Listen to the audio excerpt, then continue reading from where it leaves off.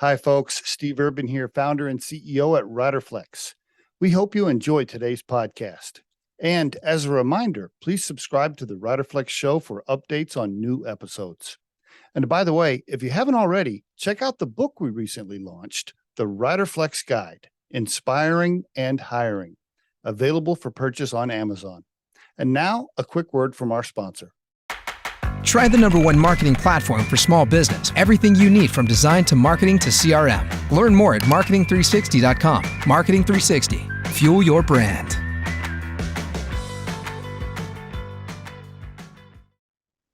Amy Beckley on the Riderflex podcast today. Hello, Amy. How are you? I'm doing well. How are you? Are you in Boulder today or somewhere in Colorado? I am in Erie. Erie. Okay. Hey, I'm not far from you. I'm just north up on the Johnstown exit before Loveland. So Yes. We almost bought and birthed. Did you? Yeah. I mean, the whole northern Colorado. I mean, it's beautiful. Have you driven? Yeah. It's beautiful. It's expanding. I mean, every bridge, every road, I don't know. It feels like there's construction everywhere, doesn't it? Oh yeah, it's expanding like crazy. Have you been up to the giant shields and all that in Johnstown, that I-34 and I haven't. I heard it's got a Ferris wheel inside. Is that right? Ferris wheel, yeah. and believe it or not, every time I'm in there, there's a line for it. Oh my gosh. I don't know. I don't know who waits in line for a Ferris wheel at Johnstown, Colorado for something inside Shields, but people do. I don't know. Every time I'm in there, I'm like, wow, look at that line. Yeah. I don't know. So before we get into Proov, let's hear about you, Amy, the story. Why don't you start with family a little bit, like early on, mom, dad, siblings, where you grew up? Give us some early life stuff, if you don't mind. Let's see. You went really early. I grew up and my mother got divorced at a young age, and so it was really, my mom and myself. My biological father was in jail the majority of my life. So he was not a good person. Just very crime, attempted murder, robbery, those kind of things. Oh, wow. Yeah, okay. yeah. So I grew up. Was he like that? Was he a bad guy when your mom met? Were they like rebels and stuff early on? And then she straightened up? Yeah. Yeah. It's that typical, like, oh, I'll change him. He'll be different for me. No. No. So yeah, it was not good before her and not good after her. Okay. And so my mom was very, very concerned with me doing the right thing. We grew up, we were taken care of, but we didn't have any of the luxury or anything like that.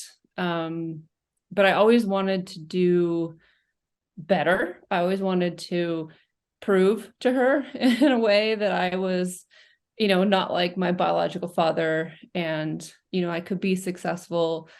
Did she go to school? Was she educated? And what did she do for a living?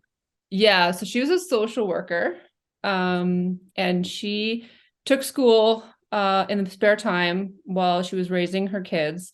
So it's myself, and then I have a half sister, which I don't call her my half sister, but we're 8 years apart because it was a different dad. And she always struggled to like support the two of us. My dad had some health issues, just really struggling to kind of to be right. We were in California, Southern California. It's very expensive to live out there. That's where you lived, Southern California? Okay. Yeah. San Diego or whereabouts? It was Thousand Oaks. So Okay. It was just north of Hollywood, just across the Ventura County, LA County line. And your so she remarried, your mom remarried. Yeah. And then had your sister, your half sister. Yes. Correct. I see. Is that who you called your dad when you said dad just a second ago? Is that who you're referring to? Health issues? Yes, my stepdad is Okay. He is my dad. Like the other person I call like, biological father, but this is dad. Okay.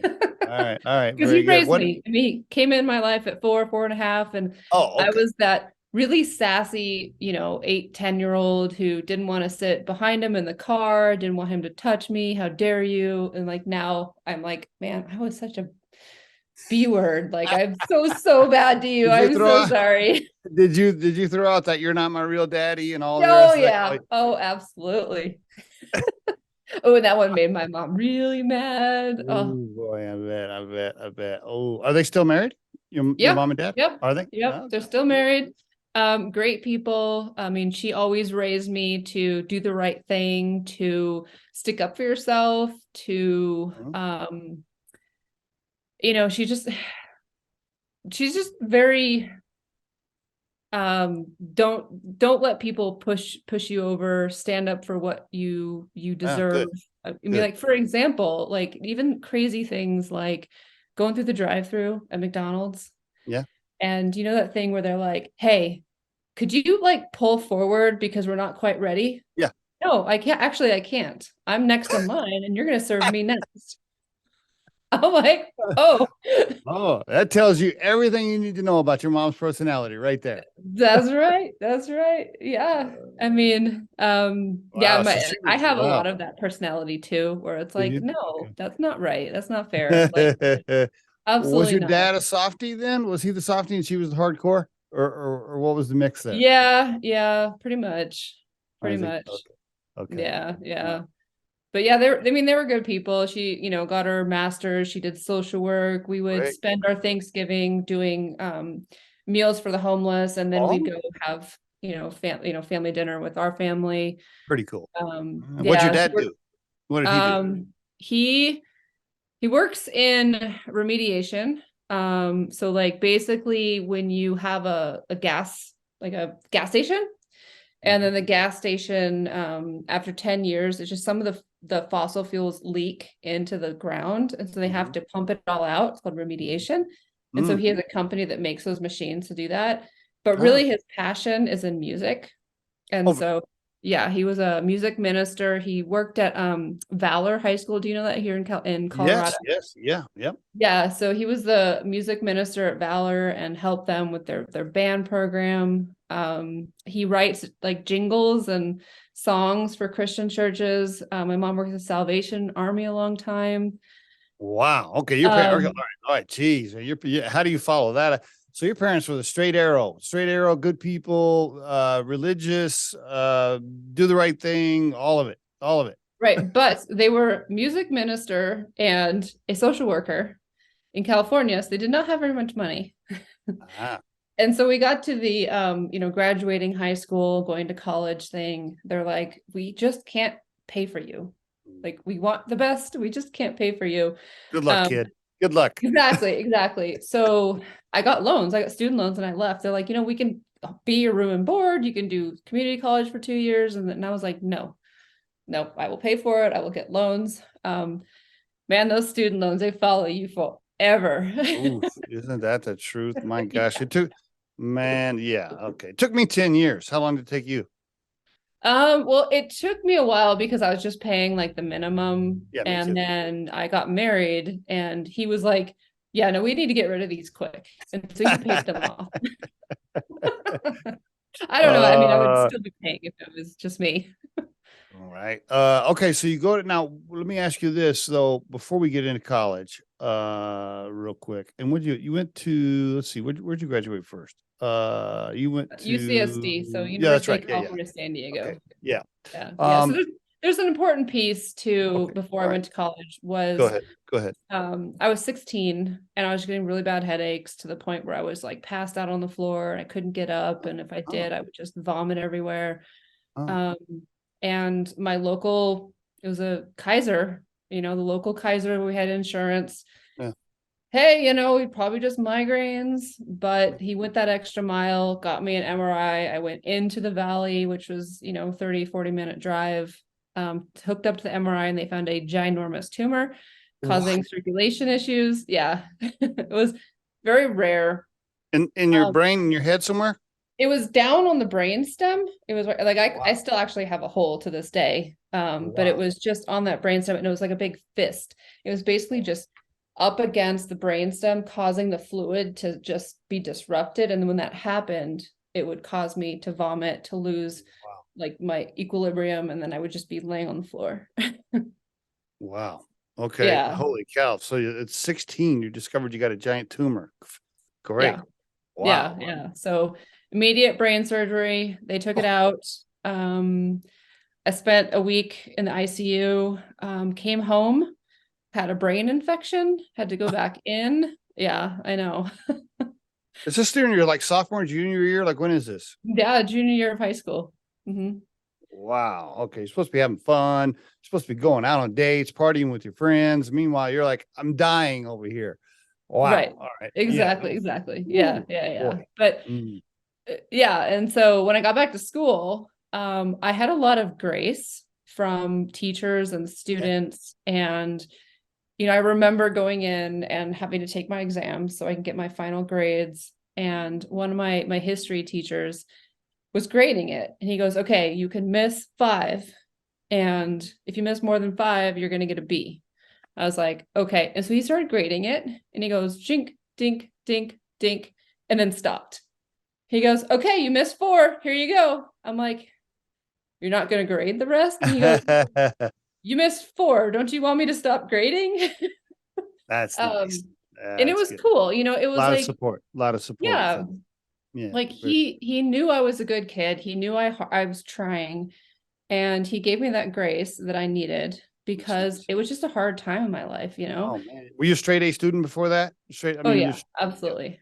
Absolutely. I mean, I got into UCSD. I had decent grades, I would think. yep. Yep. No doubt. But yeah, that experience was like, okay, I have got to have this positive impact on people. I have to do something Mm. just impactful. I loved science. I loved medicine. And so that's what I went to school for, was pre-med, to be a doctor, to be that kind of person who would give the grace, would go that extra mile, who would really uncover things and find, like, remember that house, that show House? Uh-huh. Oh yeah. Yeah. Yeah. Like Yeah. really, Love really the. crazy things. And it's like Yeah. this Yeah. doctor like knows it all. It's kind Yeah. of like that. Yeah.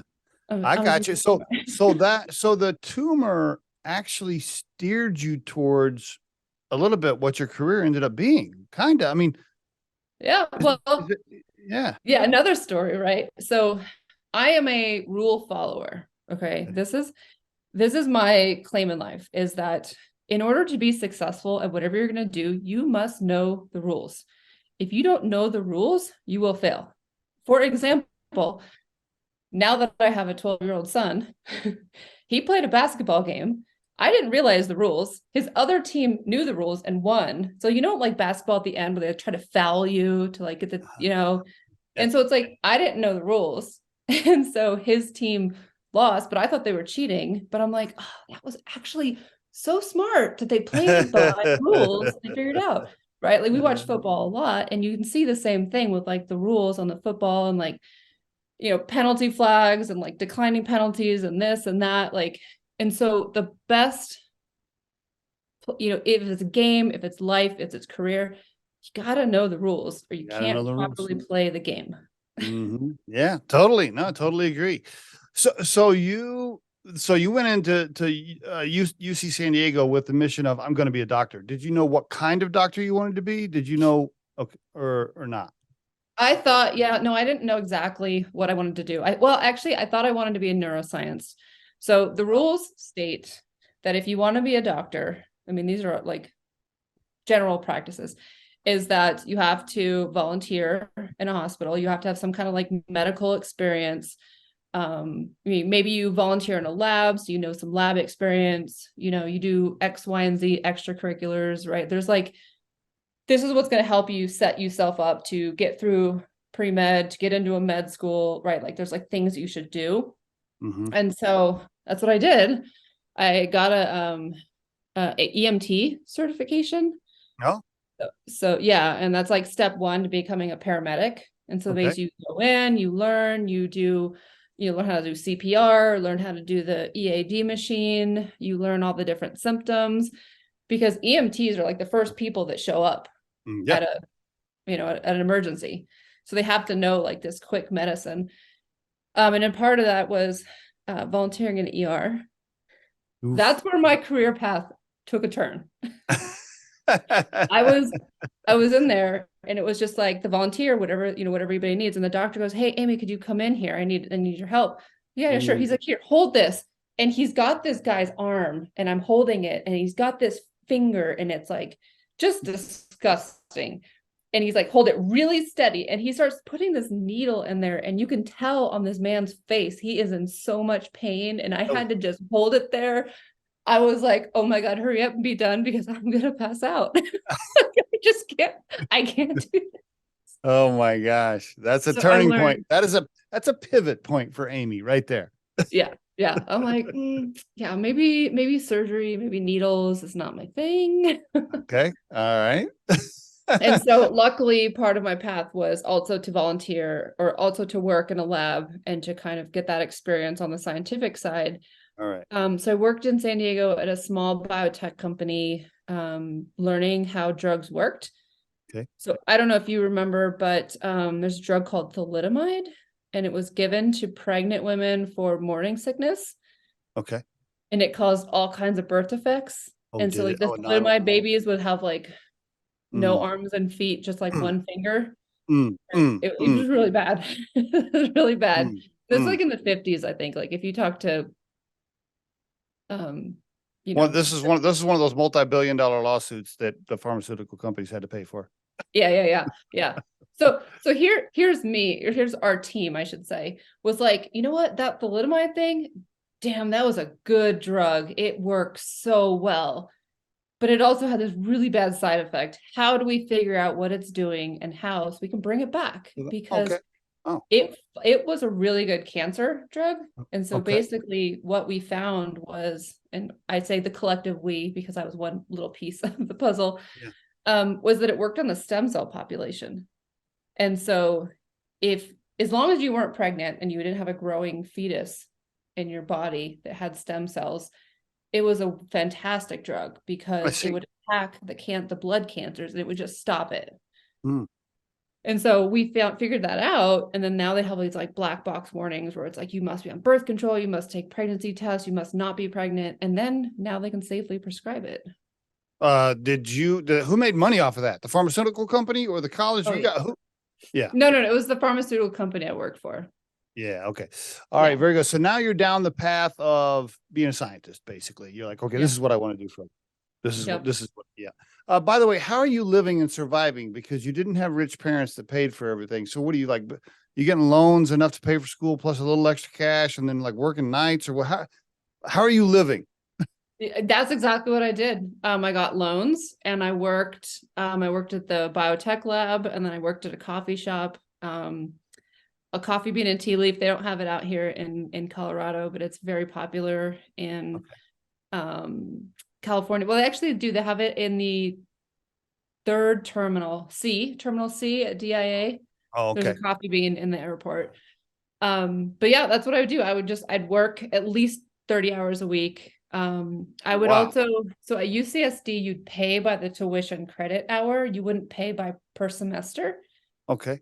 And so I would take the maximum I possibly could, which is like 20 credit hours, where normal people took while working 30 hours a week. Yes. Oh, I don't know how you did that. I don't know how you did It's like I got out in 3 years and 2 quarters. Wow. Okay. You had because it was saving money, right? You had no social life. You had no free time for anything. No, I had a social life.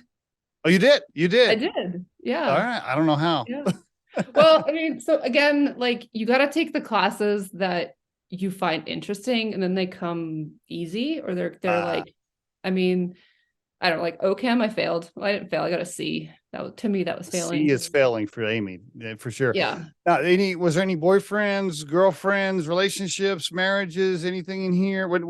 Talk to me about that. Yeah, boyfriend for sure. Not the one that ended up being your husband, though. Nope. Did not meet him until after college. Met him in grad school, actually. Is he a doctor too? Your husband? No, he builds houses.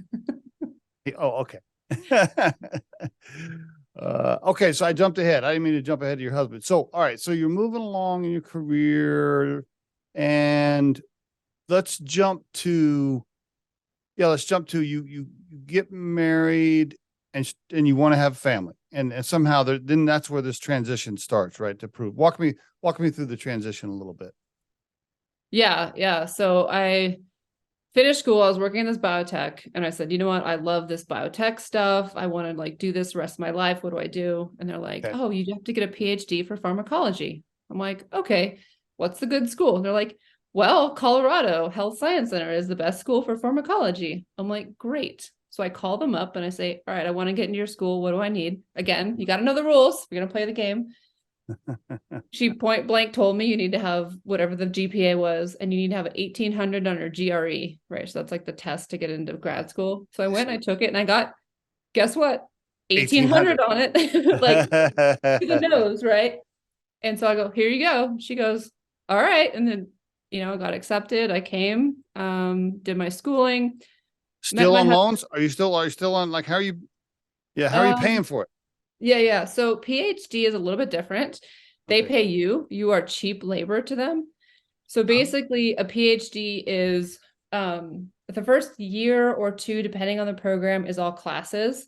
Okay. And then the last couple years is all you're doing is working in a lab and you're publishing papers.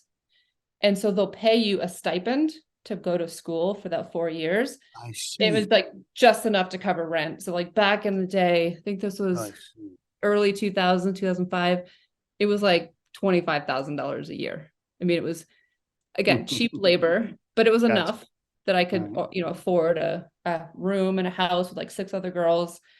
And they get all this research and we do all this really cheap labor for them.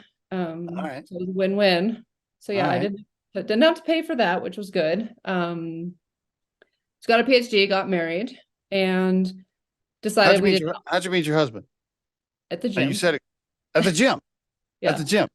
Now that's weird. Now girls always complain about guys in the gym coming over and hitting on them while they're working out. Like I hear that all the time. Like, oh, this weird guy comes over, this creeper or whatever. This creeper's over here. He's like trying to get my phone number.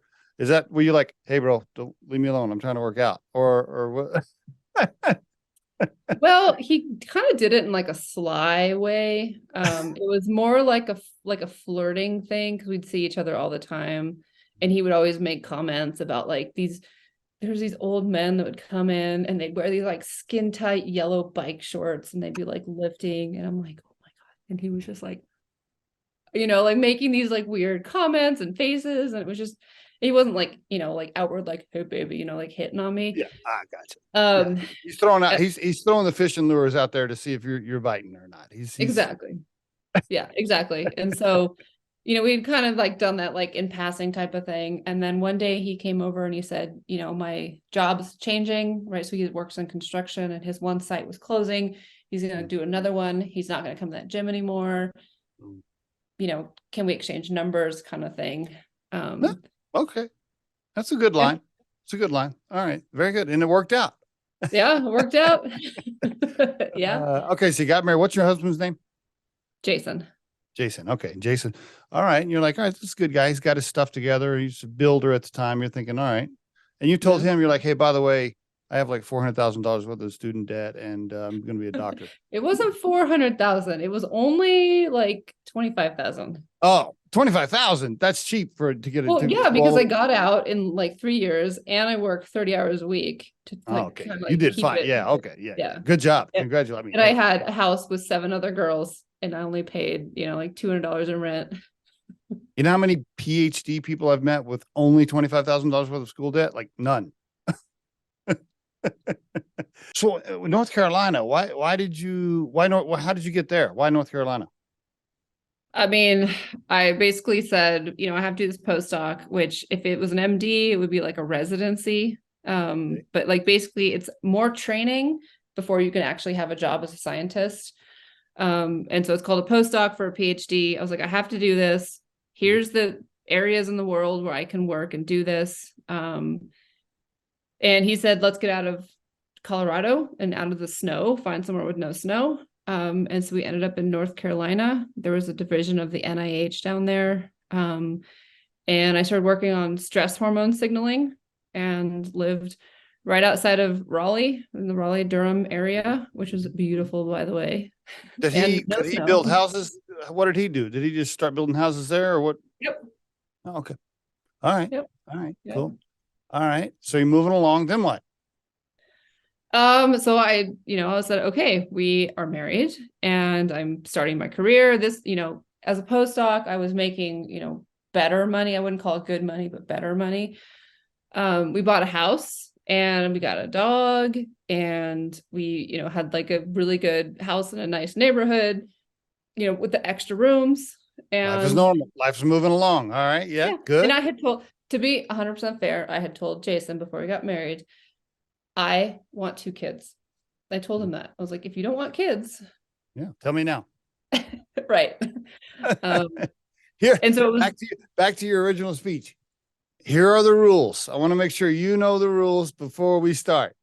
that's right. I mean, that's like life goal number one is like, just know the rules. Right. And so, Yeah. So he knew 2 kids. yeah. Yeah. So he knew, wanted kids. And so, I was 27 to 28 at the time. And, I was on birth control, been a long time. I came off of it and it was amazing as a smart, educated person like me that has been working in science her, majority of her life, had no idea anything about fertility and cycle tracking. And, I learned it, I self-taught and I was like, okay, this is really cool. You can like track your cycle, like, like the new Apple Watch, you can track your temperature and it goes, oh, you likely ovulated, right? So it's like, there's all these signs that your body has that you can kind of track to see what's going on.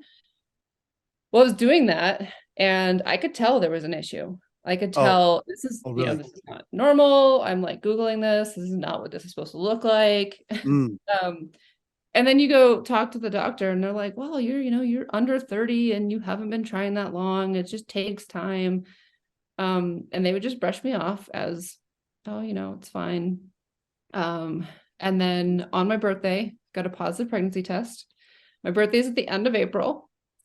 And so I was pregnant for less than 2 weeks. And then we had Mother's Day, first Mother's Day. Okay. And so we went to this really lovely outside service at the church that we were going to at the time, the Methodist church. And we're sitting on the lawn and we get up from the lawn to go eat lunch. And I could feel this gush. And I had my first miscarriage. I will spare the details. But I was like, ugh. And then I just remember calling the doctor's office and them saying, well, that's normal. And all, 25% of miscarriages or pregnancies end in miscarriage. And, is that the percentage? 25%? I didn't know that. That's much 25%. higher than I thought. Okay. Yeah, it is. It's really high. All right. But they still wouldn't, help me. They're like, yeah, that's just normal. It just happens. Really nothing we can do. And so I just felt very alone and very just it felt like fertility care was just broken, Okay. And so anyways, we went on to have several other losses, still couldn't get pregnant. We ended up at a reproductive endocrinologist, so like a fertility clinic that does IVF. And I have a fantastic doctor, Dr. Park. He's still in North Carolina. One of the best men, doctors I've ever met. And he would just ran all the tests and he's like, look, Amy, I have absolutely no idea what's wrong with you. Everything looks good. All your testing, and so I was given that diagnosis of unexplained infertility. And really the only thing you can do to increase chances of pregnancy when you don't have a diagnosis is IVF. And so that's what we did. We did 2 rounds. The second round ended in my son, who's 12. His name is Cash. We tease him that we named him that because he took all of our cash. Pretty funny. That's good. Yeah. So he was about 2 years old and I turned to my husband. I'm like, yep, Dad told you it was 2 kids. Here comes the second one. But then at that point I was like, I don't want to do IVF again. I really want to understand what's going on. And so I went back to the doctor's office with that mind frame of not doing IVF, trying to, explain the unexplained. Because you wanted to figure it out as a scientist. What can we do? Yeah. Yeah. Oh, sorry, Amy, I interrupted you there. As a scientist, you wanted to figure it out, right? Is that the deal? Yeah. Okay. Yeah. You wanted to know, like you wanted to be like, I want to know what's wrong. Okay. All right. Yep.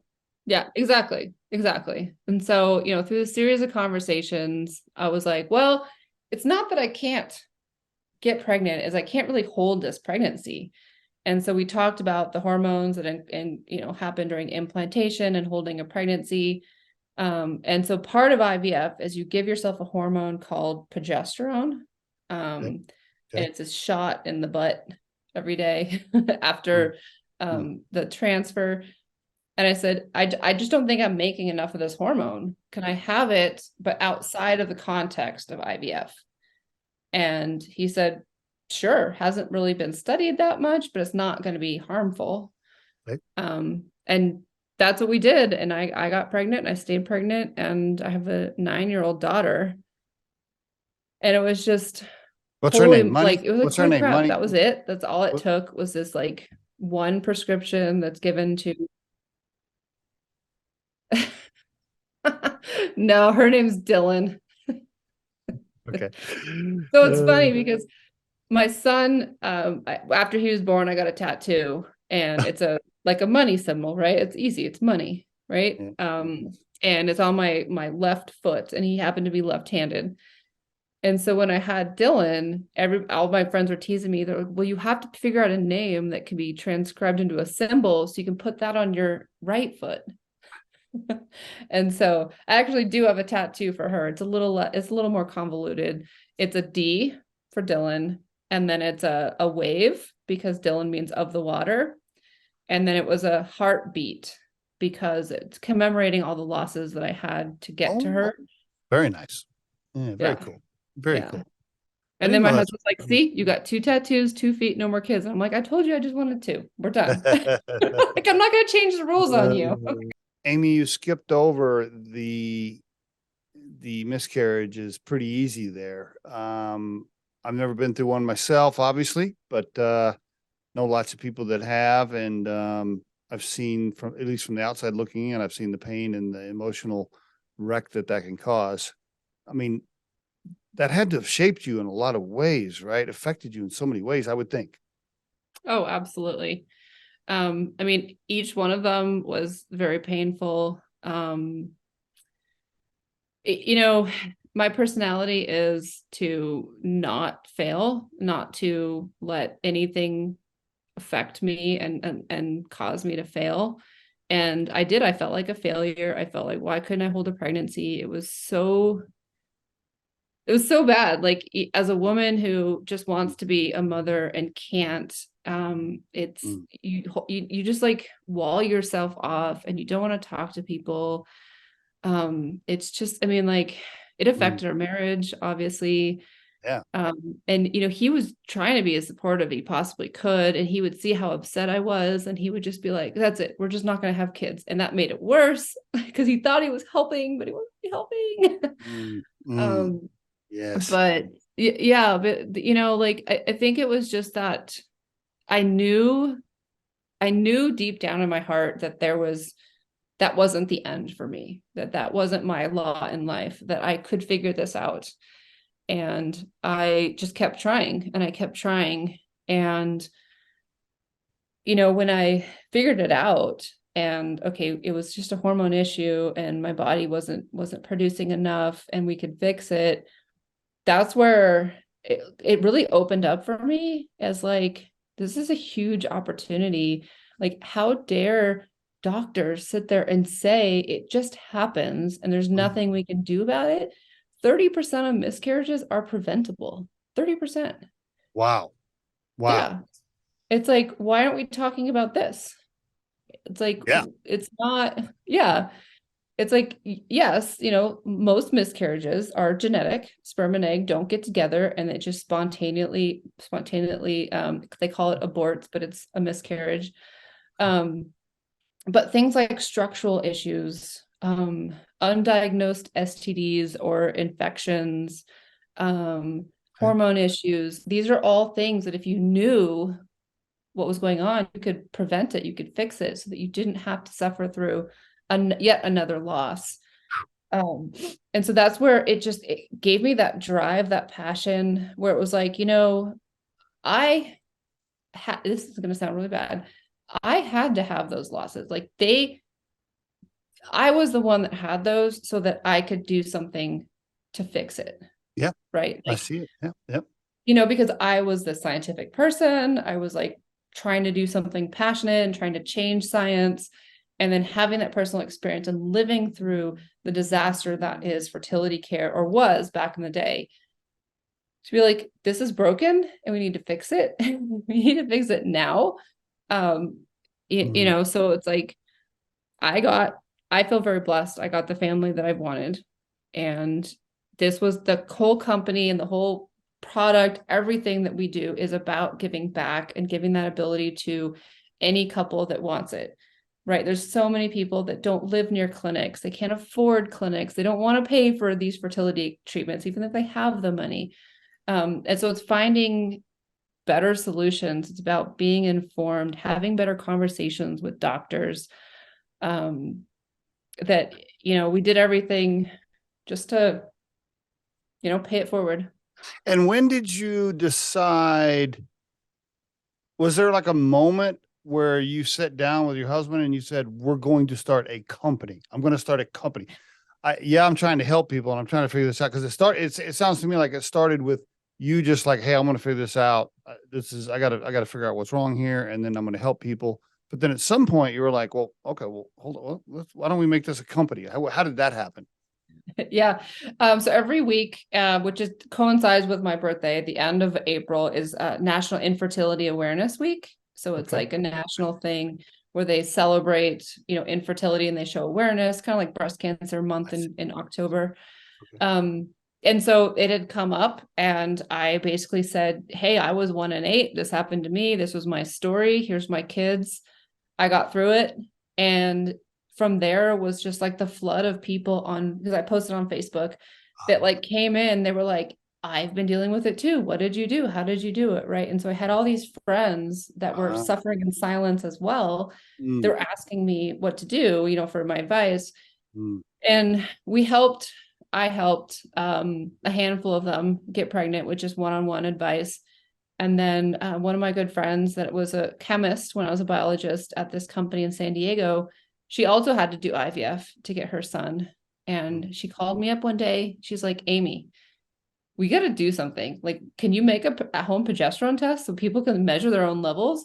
I'm like, yeah, I think I can. And so it was like, we have to at least try. Like, we have to pen to paper, figure it out. She was a patent attorney, so we got our first patents filed. She had been doing clinical trial work, so she knew what to do. Again, we went on the FDA website, we read the rules. We're like, all right, what are the rules? What do I got to do? Was she a co-founder? Is she a co-founder in the business or an investor? Or yeah. So the two of us were co-founders. And she was with me for the first year. She has a lot of health issues.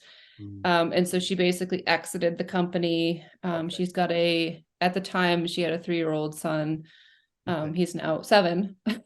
So it's been a while, but that's how it got going. Okay. Yeah. How long? And by the way, for the listeners, it's Proov, Proov, Proov, and then website is proovtest.com. Proov is the name of the company. Proovtest.com is the URL. How long did it take from that phone call where she called you to get through all the R&D and the development and the approval from the FDA to where somebody could actually pay you for one? So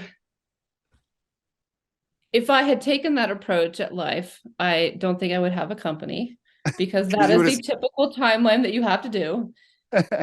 We could not do that. So we made up our own timeline based off of the rules.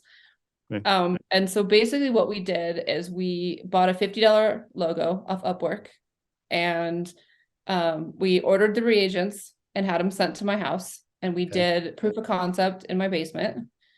$2,000 proof of concept in my basement. And then I pulled out my PowerPoint and I put together some beautiful PowerPoint slides. I used my marketing team hates me.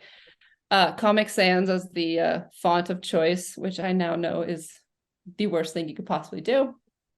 But I just put this like promotional thing together, and then we did crowdfunding. And so it's like Kickstarter, but this one's called Indiegogo. Yep. You could Yep. do a medical device on Indiegogo. And so basically you collect revenue before you have a product. Interesting. I didn't know So you that's could do how that. we did Okay. it.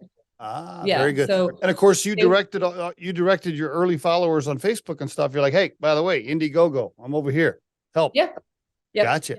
Mhm. Oh, all right. How much cash did you raise on that first round or whatever? About 44,000. Okay. Well, hey, better than zero. Yeah.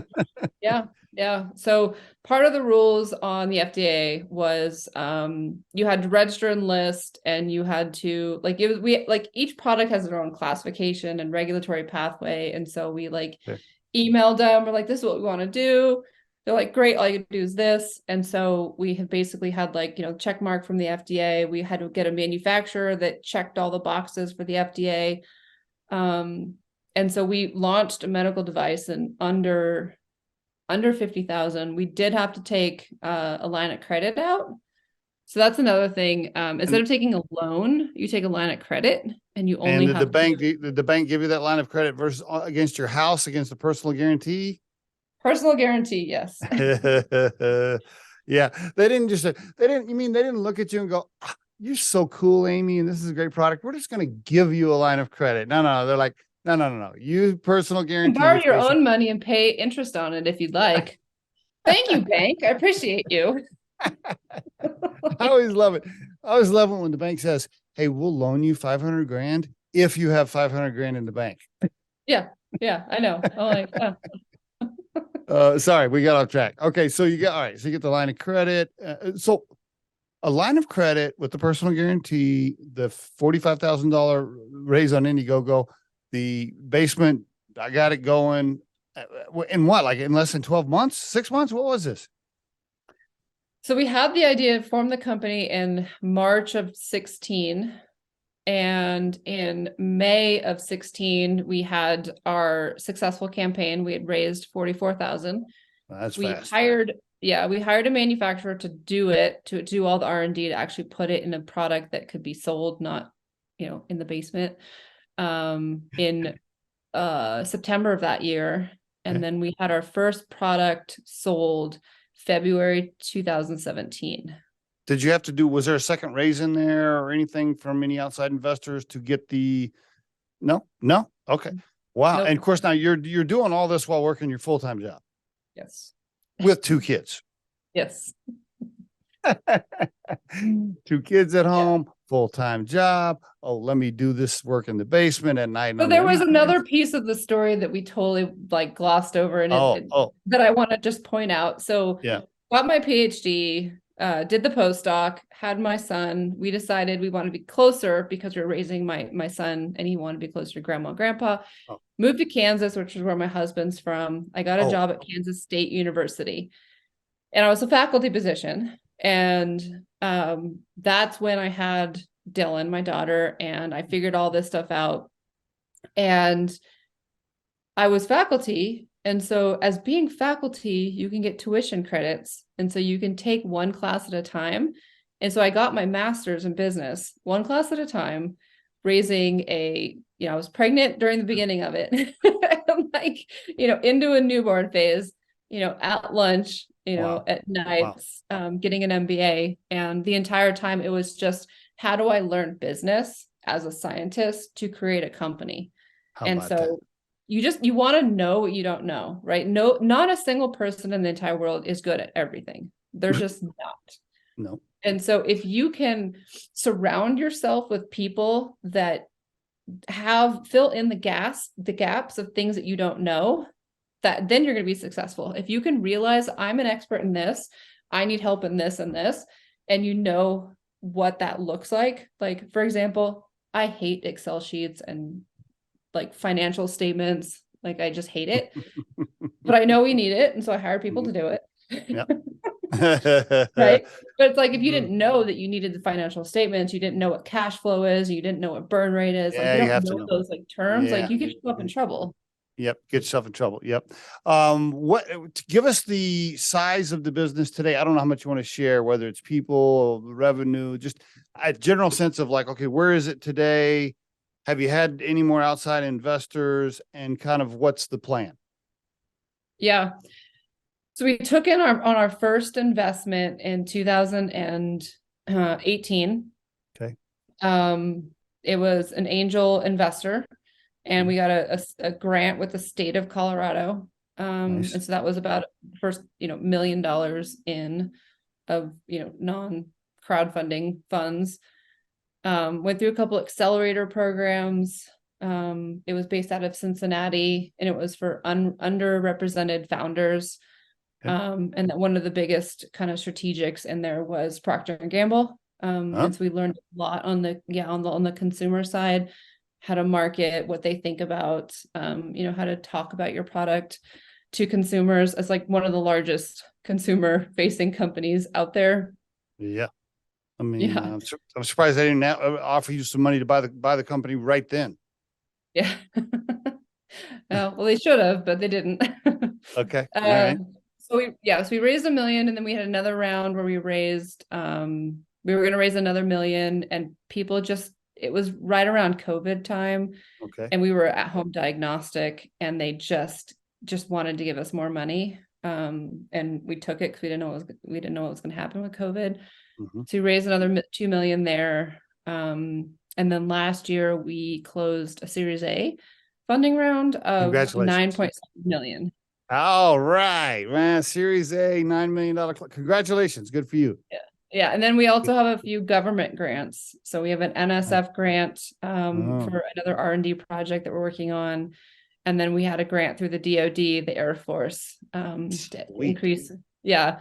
So, we're trying the best we can, and we're trying to. No, you're the real deal. You're the real deal. My question is, how many employees today? 16.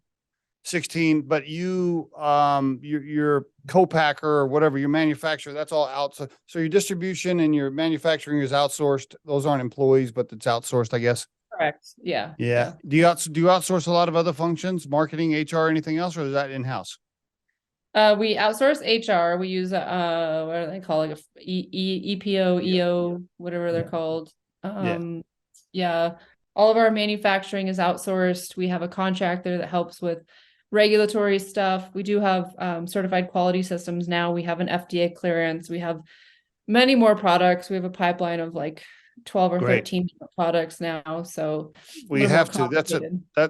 That's how you close the Series A, because they don't give you $9 million with one SKU. They want you to have more than one product, right? Right. Are you still? I don't know how much you want to share, but I'm just gonna. You don't still have more than 51% of the cap table after raising the $9 million, do you? Yeah. Okay.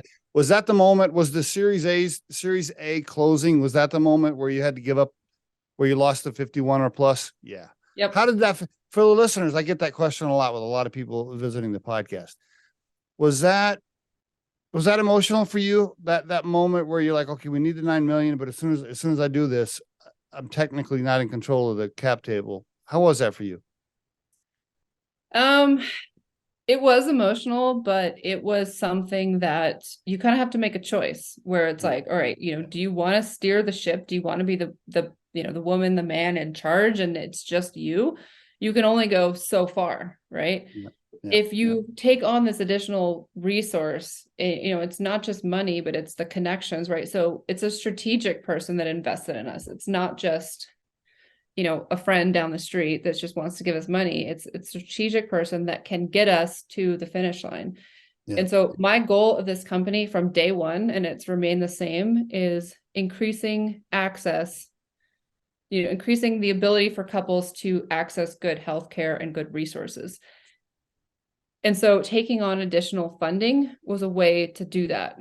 I was never going to be able to do this myself. And so I didn't feel like it was like, oh, I'm giving away my baby. It was, oh my gosh, there's this amazing person that came in and wants to invest money onto the vision that I have, and it's going to help me amplify my voice. Yes, please. Yeah. Okay. Good for you. So you have to change that frame of mind, right? Yeah, you do. No doubt. Is the goal, and I know we're almost out of time, just two more questions here. Are you hoping to flip it to like Procter and Gamble or some other pharmaceutical company, or take it public, or I mean, is there a whiteboarded out master plan, or you're just kind of having fun building it? What are we doing here? Yeah. I would love to be acquired. By who? I don't know. I do not Okay. think it's an IPO. I don't think it's what's the new fancy term, a Yeah. SPAC or something. Yeah. I want to be part of a larger organization and carve out the women's health space and Okay. be the expert in hormones and help them have a piece that they haven't had before. And so I want what we built with Proov to be a part of a bigger organization to help that organization do better for women. That's great. That's good. It's good, Amy. Do you ever get tired? I mean, damn, your work ethic is extreme. Like when you meet lazy people, do you just like beat them up because you just can't stand them because of you? You don't remind me. You don't strike me as somebody who just sits on the couch and chills out very, very often. I don't. Yeah, I mean it's definitely interesting because I work constantly and then you have employees where like, okay, they only have to do 40 hours a week. Like you can't push them too hard. It's totally true. My wife tells me that all the time. She's like, not everybody's going to be like you. I'm like, I know. Hey, your kids. I hope your kids aren't lazy because if they are, I feel sorry for them. Yeah, that's questionable. Oh, Amy, thank you so much for being on the Riderflex podcast and sharing your story. I really appreciate it. Yeah, thanks for having me.